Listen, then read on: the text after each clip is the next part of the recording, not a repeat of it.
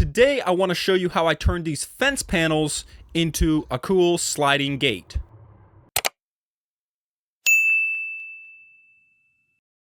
If I'm being honest, I really didn't want to do this job at all, because the backstory on this is I had worked with this company in the past and they were pretty cheap. And they don't speak great English, but that's another story. Anyway, initially I had quoted them labor, material, and powder coat for me to build the entire gate. However, when they looked at my price and realized it might be too much, then they asked me if I could use their prefabricated fence panels to build a double sliding gate. I should have just said no to that, but instead I told them I could do it. The problem is, this material is like sheet metal. It's so thin that there's no way that I can guarantee my work here. And I even sent them an email trying to discourage them to go this route and told them that these panels are not designed for making a gate out of and that they're really flimsy. But even after all that, they still decided to go this route. I guess the moral of the story is, don't offer a customer a suggestion of something you absolutely hate or something that you don't feel is going to last in the long run, and a product that you just cannot stand behind. The total opening on this gate is going to be 24 feet, which means each side should be 12 feet, and then we'll give an extra 2 feet to allow space for the rollers on the sides. These panels are just a little under 10 feet apiece, so after thinking about this a bit, I decided the best way to do this is simply to cut the panel in half and then cut that section in half there so that the spacing on the pickets remains the same. When I started cutting this material with my grinder, it cut like butter, which is not a good thing when you're trying to get a sturdy gate. But in this case, we already know it's not going to be sturdy. When I put that second half of the gate on there, I noticed that the line was not straight. I could lift the one side up to make the gate straight, but then I would end up with a big gap on the other side. The solution I found was to use the other half of that gate that I just cut in half. I don't know why that worked, but somehow it did. After I sanded off the paint, I went to work welding these together. And as I suspected, they were very difficult to weld because they're so thin. This is basically like welding body panels. This is just sheet metal. So using basically the same technique of just one little tack at a time until I get it all done. Then I took my flap disc and smoothed those welds off a little bit. I wasn't trying to be perfect because I already know this is a budget option and it's not going to be perfect. Then I repeated this on the other side.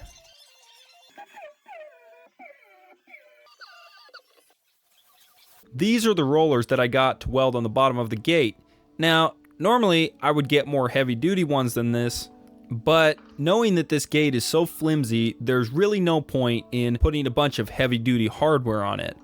Initially, I thought of putting a piece of flat bar all the way across that bottom and then putting the rollers onto that. However, I decided it would just be better to cut all those pickets off on the bottom side and then weld the rollers straight to that.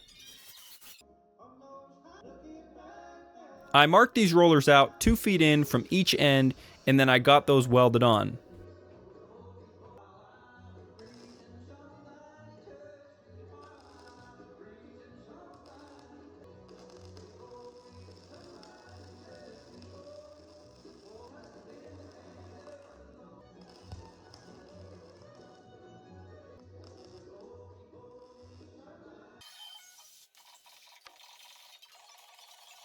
I definitely wanted to do something with the open ends of this gate.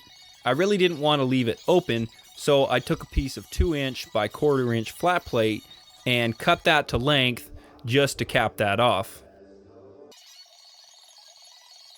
Since these panels were already powder coated, I didn't want to have to re-powder coat, so I used some spray paint to touch up the bare spots.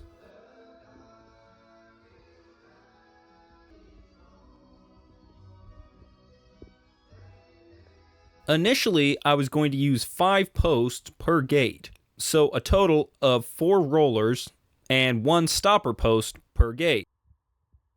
But I found a way to simplify this by putting a stopper plate on each end of the panel, and that would eliminate that. So now I'll only have to use 2 posts and 2 rollers per panel. I put this stopper plate on, and immediately I realized that that looked terrible with how wide it was. And eventually I decided, rather than cutting it off and re-welding it, I would just take a couple of inches off of each side, and that would make it look a little bit slimmer and a little bit better. I sanded down the edges of that plate just so you don't get cut on it, and then I put some spray paint over it. After that, I put another piece of 1/4x2 flat bar on the other end. Then I put a stopper on that end as well, but that end is going to need to have a lock plate on it so they can put a padlock through this and either lock it closed or lock it open. It just makes more sense to have one plate that can double as a lock closed, lock open, and a stopper plate.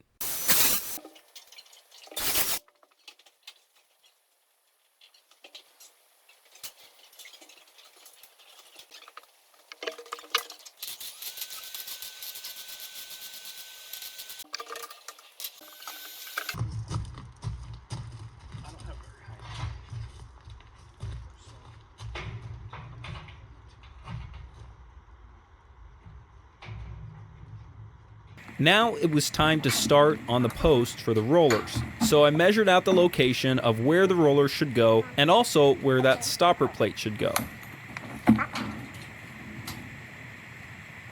For this project, I decided that rather than cutting and welding my own caps for the top, I would just order some pre-made ones from kingmetals.com. And while we're here, I just want to take a moment to recommend this company to you.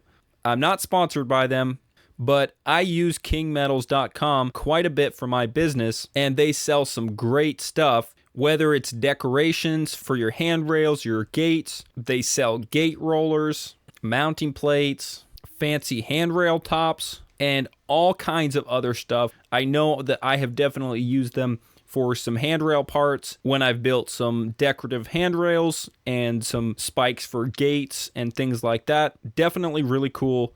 Check them out. I'll leave a link in the description below. Now it was time to make those lock plates for the posts. I cut a piece of 2" by 1/4" plate with a 9/16 inch hole almost right in the center, but after I put that 9/16 inch hole there, I realized I wanted something slightly bigger because I'm going to have to set the posts in concrete, and this lock pin is going to have to be really accurate, so it'll be nice to have a little bit of adjustment. Then I got those welded on along with the roller brackets.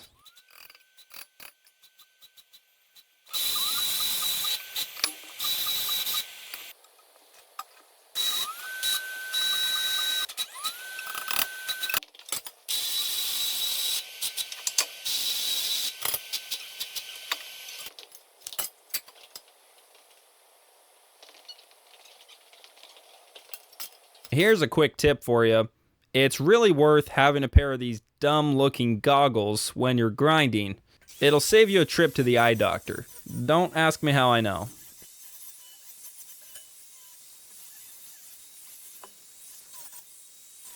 Now it's time to get started with this track.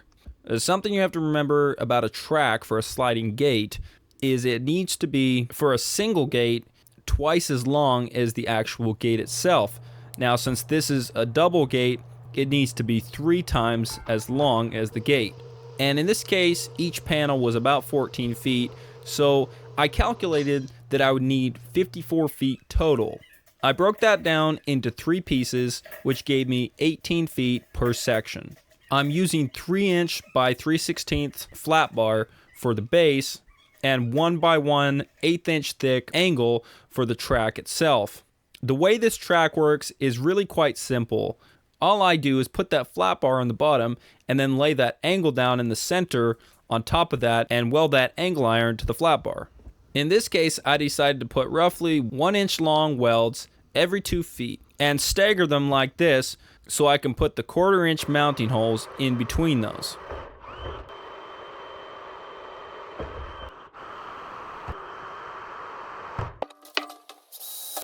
After I'd gotten those all welded and drilled, I repeated this process twice more, and now everything is ready to go get powder coated.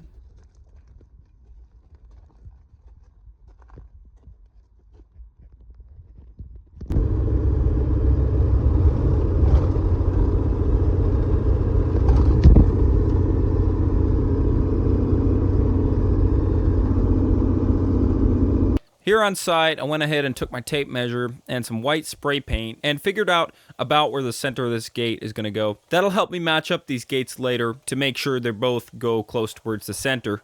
The post on the one side of this fence had a little bit of excess concrete there, so I chipped that back to make sure I had room to put my rollers down.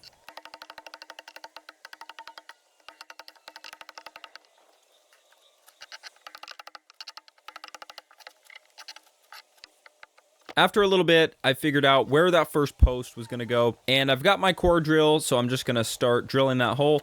And this one is a wet bit, so if you're using a wet bit, make sure you always use water with them. Otherwise, they're just not going to run that well, and they'll bog down on you.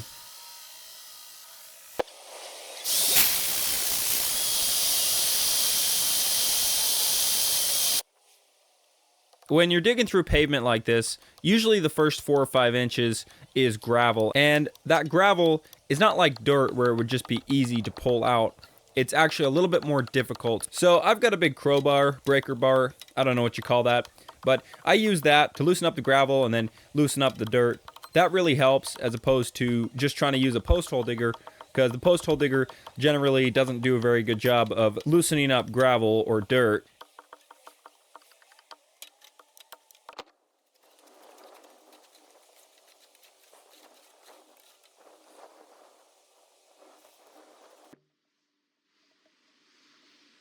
And there we go, we got this first post set.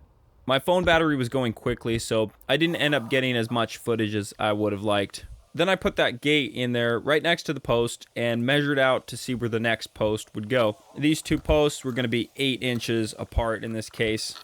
That would give me enough room to work with the rollers.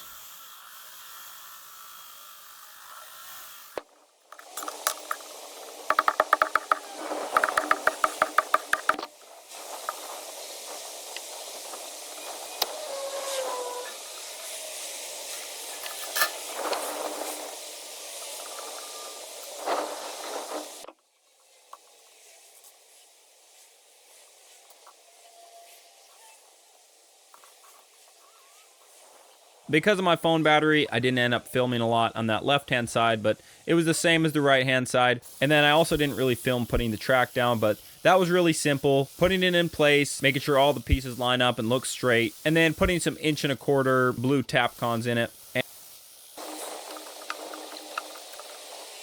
And there it is, all finished up.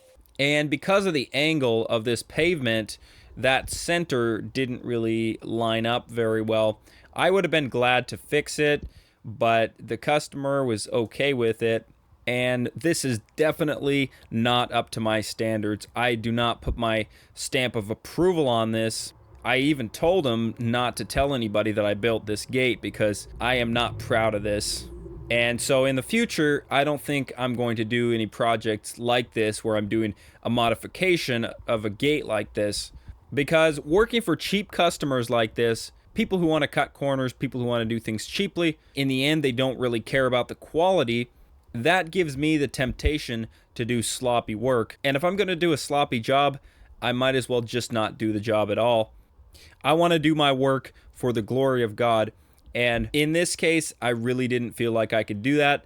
So I definitely don't want to do projects like this in the future.